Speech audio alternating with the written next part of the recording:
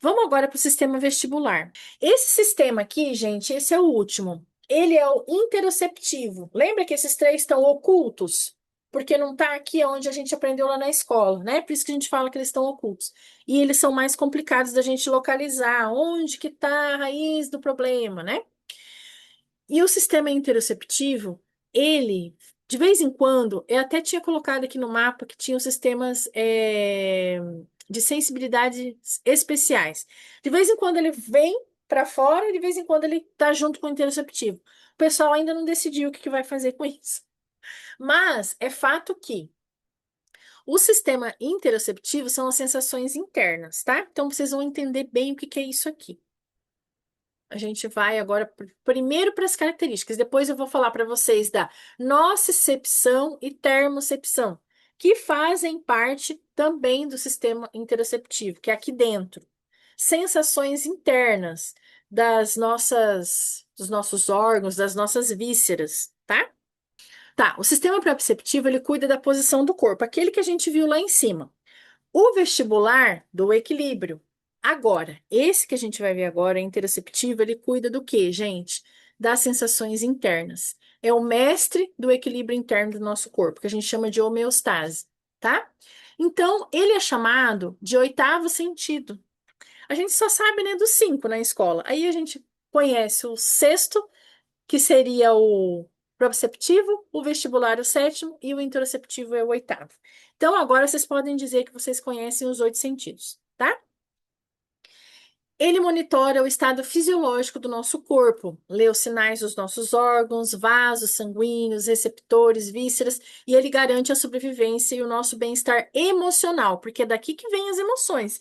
São das sensações internas que vem a emoção, aquela raiva que a gente sente, que dá aquela negócio ruim aqui dentro, a sensação de fome, de sede, quando você sabe que você precisa comer, né? Quando você fala, ai, meu estômago tá aqui nas costas, né? Essas coisas são todas sensações internas. E isso funciona quando a gente reconhece isso. Ah, eu sei que eu estou com fome porque meu estômago está apertado. Eu sei que eu estou com dor de cabeça porque tá, a minha cabeça aqui, ó, tá dilatando. Às vezes, os nossos filhos, eles sentem tudo isso, mas eles não sabem falar o que que é essa dor. Alguém ajudou, alguém comunicou, né? Ele tem como se comunicar. E uma das coisas que eu sempre falo, que a gente precisa ensinar logo pro autista não verbal, é ele identificar uma dor. Quando tá doendo a barriga, quando tá doendo a cabeça, né? Isso aí é importante, porque é muito subjetivo para eles. E se eles tiverem alguma questão aqui dentro dessa via sensorial, ele pode entrar em crise e era, na verdade, ele estava com fome, estava com sede, mas não soube pedir água, né? Então, ele está localizado naquela área bem profunda do cérebro lá, que recebe todas essas mensagens das nossas vísceras, dos nossos órgãos, e transforma essa percepção consciente, ou seja, a gente reconhece, a gente sabe que é o meu pé que está formigando, o meu pé dormiu. Ah, é meu pé, eu sei que é o meu pé que está formigando, né? A gente tem toda essa consciência. Uma curiosidade, ó, que eu coloquei aqui. Pessoas com uma consciência interoceptiva bem aguçada, e existem pessoas assim, elas conseguem contar os batimentos. Elas, só de ficar quietinha, ela sabe quantas vezes o coração está batendo. Existem pessoas que têm esse tipo de é tão aguçado que ela consegue contar. O pulso também. O pulso é mais fácil, né, gente? Que a gente coloca a mão, aí não vale, né? Porque aí a gente está colocando o dedo, a gente está sentindo. Mas tem gente que consegue contar o batimento cardíaco. Isso é muito doido, né? Mas tem gente que faz isso. Tá, e aí, o que que a gente pode falar disso aqui? A gente tem também a nocicepção e a termocepção, que são os sentidos de proteção. Isso aqui é tão importante, porque são sistemas que trabalham juntos para manter o quê? A gente seguro. Ele vai alertar a gente sobre um perigo que está acontecendo, um ferimento, que você tem que colocar uma roupa, porque senão você vai se congelar, que você tem que tomar uma água porque você está sede, porque está muito quente esse lugar, está tão abafado que eu vou ter uma crise aqui, então eu tenho que sair. Então, ele é um alerta interno do nosso corpo.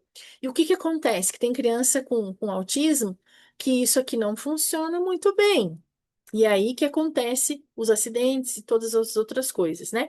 O meu filho, por exemplo, é uma questão mais tátil, mas ele não sente corte, essas coisas, ele demora. Às vezes ele tá cortado lá e depois que ele. Ah, tá sangrando. Não sentiu na hora. Agora, para uma injeção faz um escândalo. Aí eu fico pensando, mas como isso, né? Eu ainda não decifrei esse mistério. Vamos aqui agora, só para aprofundar nesses dois, para a gente ir lá nas alternativas de como que a gente lida com tudo isso, tá? Tá terminando, gente. Mais um pouquinho, aguenta aí. Ó, nocicepção. Uma criança hipossensível, ou seja, é essa criança que não reage a ferimento, é uma criança que pode chutar uma porta com bastante força e ela não vai sentir dor, tá? E essa mesma criança pode buscar abraço forte, saltar, e ela vai mostrar que ela tem um perfil hipossensível tanto à dor quanto à propriocepção. É aquilo que eu falei, às vezes para uma coisa na pele, por fora, ela sente, não sente, mas lá dentro ela sente. Então, é muita coisa, né? Eu sei que é muita coisa, mas a gente faz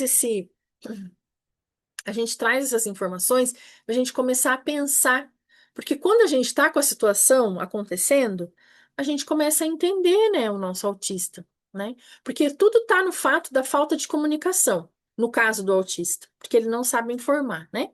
A linguagem não é muito clara, então para nós é muito difícil, por isso que pega. Porque tem pessoas neurotípicas que têm essas questões, mas elas sabem comunicar.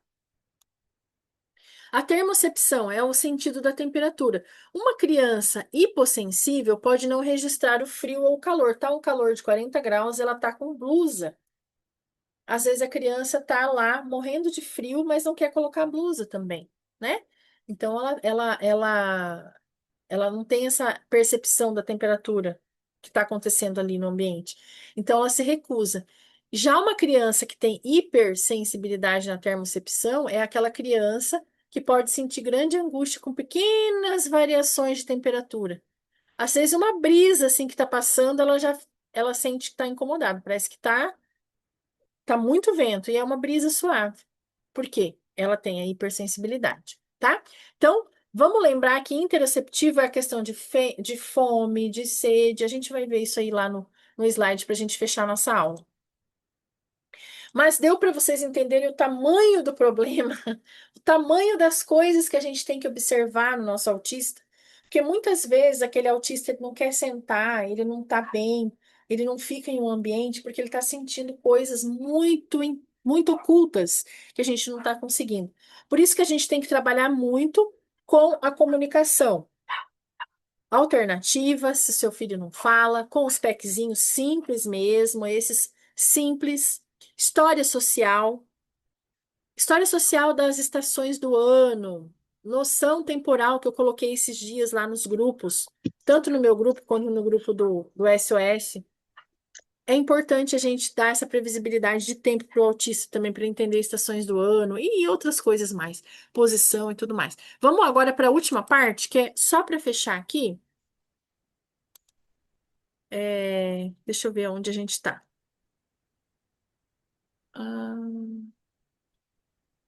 Sistema perceptivo, aí a gente já viu tudo isso aqui, isso aqui, isso aqui, acho que é aqui que a gente está agora. Interocepção. Aqui, pronto. Essa é a última parte, tá, gente? Pistas especiais. Opa! Foi para frente. Peraí, peraí.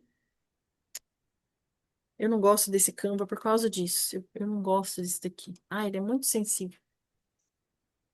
Volta. Pronto. Vamos lá. Pistas especiais, nossas antenas internas. Então, vamos recapitulando aqui. Nossas antenas internas são a propriocepção, a interocepção, perdão, que é a voz do nosso corpo.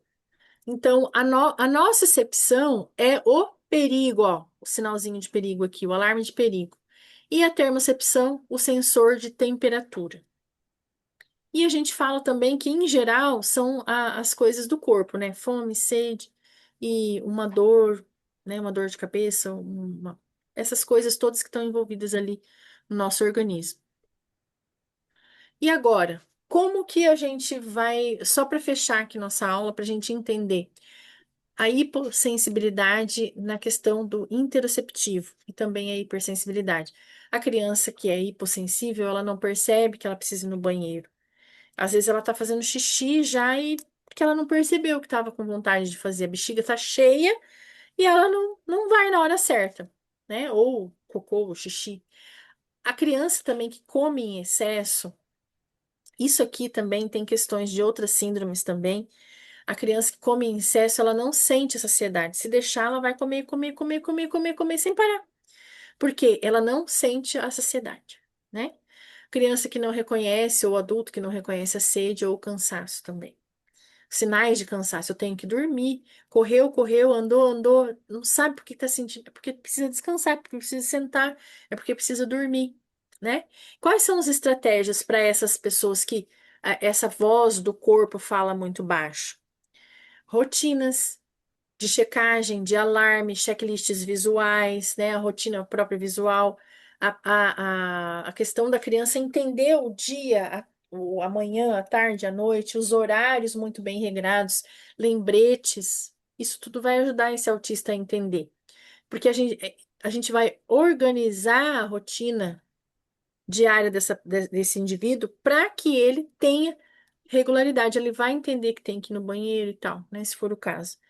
Mas isso tudo ajuda. Imagina se seu filho tem essa questão, mas se você tem uma rotina mais ou menos regrada, já ajuda bastante. Então, às vezes passa desapercebido, né? Se essa dificuldade até existisse.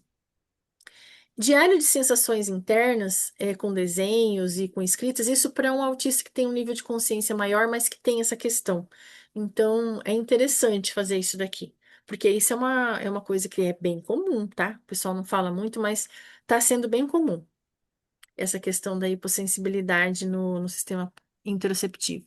Agora vamos terminar aqui com a voz do corpo que grita, porque essa aqui fala muito baixo e essa aqui grita.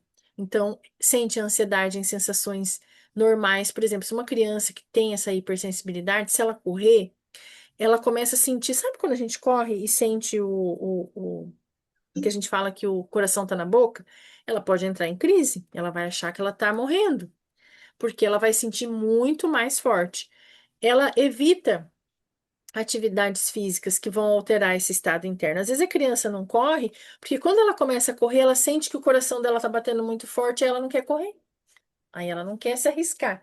E aí ela evita brincar, ela evita todas essas questões de por estar sentindo o corpo dela tão forte, a respiração, né?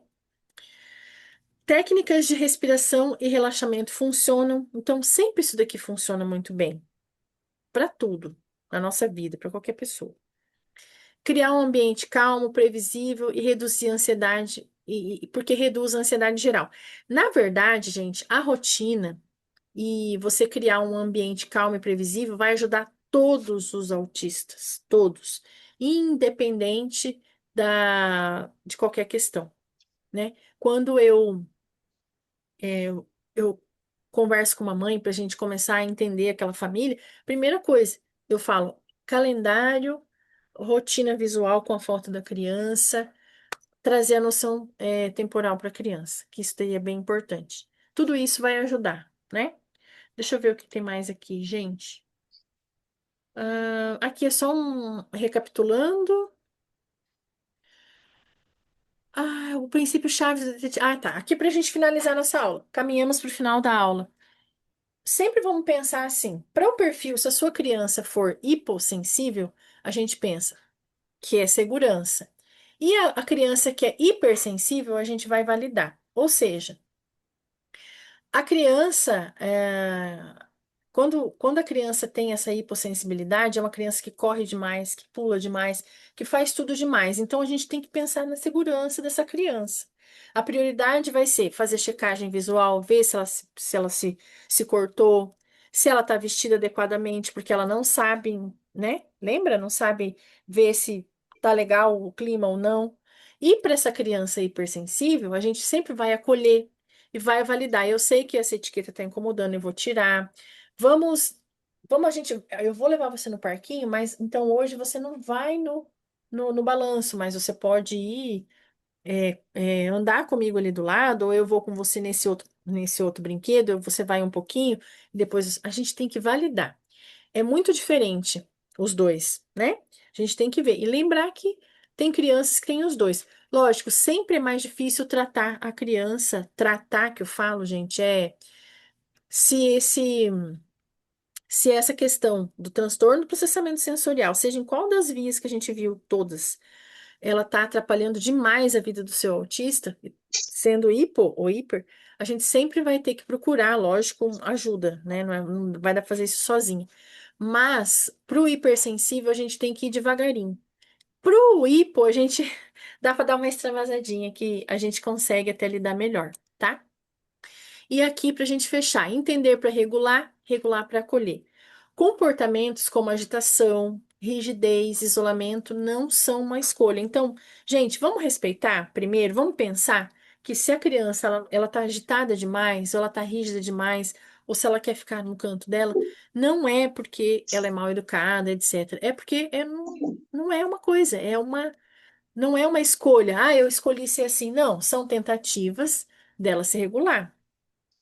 E o nosso mundo, ele é altamente sensorial e é avassalador também, né? Então, quando a gente entende o perfil da nossa criança, a gente começa a tentar, a gente está tentando aqui fazer o quê? Regular para gerenciar essas crises que vão acontecer. Aliás, a gente se antecipa para essas crises não acontecerem, né?